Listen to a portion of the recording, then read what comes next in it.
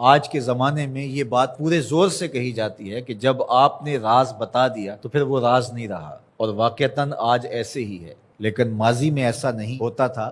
اور آج بھی جو اللہ کے بندے ہیں، جو حقیقی فلاح اور کامرانی والے لوگ ہیں، وہ آج بھی ان چیزوں کی پاسداری کرتے ہیں۔ یہ امانت ہے، اس امانت کو ضائع نہیں کرتے۔ اسی طرح آپ جو کام کرنے جا رہے ہیں، جو آپ کا ذمہ لگایا گیا، تاکہ مزدور 8 گھنٹے کی ڈیوٹی ہے تو وہ اس کے اندر کم چور بن جائے تو وہ بھی امانت کے اندر خیانت کر رہا۔ دفتری ذمہ داریاں ہیں تو وہ ان کو نہ نبھائیں، سارا دن سائلین باہر دھکے کھا رہے ہوتے ہیں اور اندر میٹنگز چل رہی ہوتی ہیں۔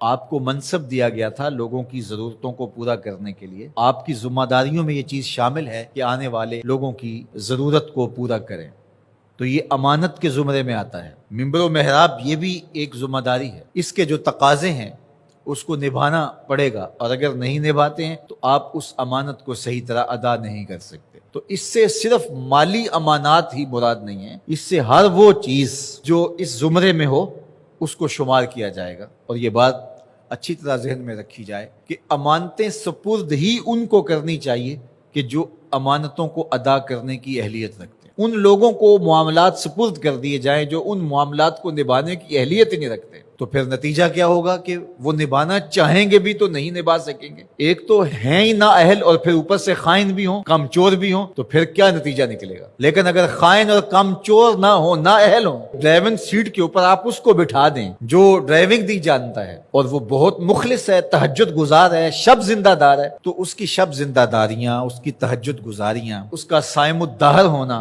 اس کا قائم اللیل ہونا، کیا گاڑی کو کھڈے میں گرنے سے بچا لے گا؟ تو وہاں بٹھانا اس کو چاہیے جو کہ اس منصب کے تقاضوں کو پورا کرنے کی اہلیت رکھتا ہو۔ جو اہلیت نہیں رکھتے ہیں ان کے ذمے آپ کوئی کام لگا دیں گے تو اس کا نتیجہ یہی ہوگا کہ وہ کام صحیح ہونے کی بجائے الٹا خراب ہوگا۔ اللہ کے محبوب علیہ السلام نے قیامت کی نشانیاں بیان کرتے ہوئے ایک نشانی یہ بھی بیان فرمائی تھی، اذا وسد الامر الی غیر اہلہ فانتظر الساعہ، جب معاملات ایسے لوگوں کے سپرد کیے جائیں جو نااہل ہوں تو فرمایا پھر قیامت کا انتظار کرنا۔ اس لیے ہمیں اپنی زندگی پر بہت زیادہ غور کرنا ہوگا، جو میرے ذمے کام ہے میں اس کو نبھاؤں اور اس کو دل و جان سے نبھاؤں۔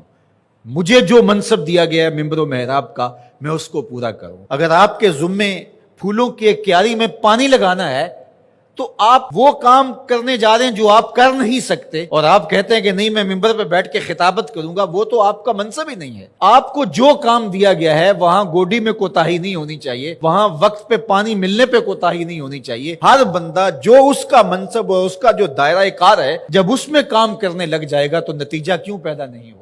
یہاں مسئلہ یہ ہے کہ ہر بندہ کہتا ہے کہ میں یہ کروں گا جو وہ کر ہی نہیں سکتا ہے، اور کچھ لوگ توقع بھی لگا کے بیٹھتے ہیں اور ہم حیران ہوتے ہیں کہ یہ کس طرح ہو سکتا ہے، جو ضابطہ اس کے مطابق ہی کام ہوتے ہیں۔ تو اللہ تعالیٰ جل شانہ اس قوم کی حالت نہیں بدلتا جو اپنی حالت خود بدلنے کے لیے آمادہ نہیں ہوتی۔ آج امت مسلمہ کا مسئلہ یہ ہے کہ امت مسلمہ میں وہ صلاحیتیں جو ہونی چاہیے تھی ایک تو مفقود ہیں، دوسرا تقسیم کار نہ ہونے کی وجہ سے آج امت لڑکتی چلی جا رہی ہے، اور آج ہم وہاں کھڑے ہیں جہاں ہمیں کھڑا نہیں ہونا چاہیے تھا۔ خدا کرے کہ اس چمن میں بہار آئے اور یہ امت پھر فروغ پائے، اور اگر ہم اپنے حصے کا کام نہیں کریں گے تو اللہ تعالیٰ جل شانہ اس دین کو کبھی مٹنے نہیں دے گا۔ یہ بات ذہن میں رکھیے گا، یہ دین غالب ہی رہے گا، یہ دین ہمارا محتاج نہیں ہے۔ اللہ ہماری جگہ کسی اور شخص کو لے آئے گا اور اس کے ذریعے سے دین کو غالب کرے گا۔ اس لیے ہم نے اپنے حصے کا کام کرنا ہے، اس کو کبھی بھی ترک نہیں کرنا ہے۔ تو بات امانت کی چلی، تو امانت صرف مال کی نہیں ہوتی۔ آپ کے پاس کوئی گٹھڑی رکھ گیا، آپ کے پاس جو ہے وہ کوئی پیسہ روپیہ رکھ دیا تو وہی امانت نہیں ہوتی۔ آپ کی صلاحیتیں بھی امانت ہیں، اور آپ کا منصب بھی امانت ہے۔ آپ پر جو لوگوں نے توقع کی، ٹرسٹ کیا، وہ بھی امانت ہے۔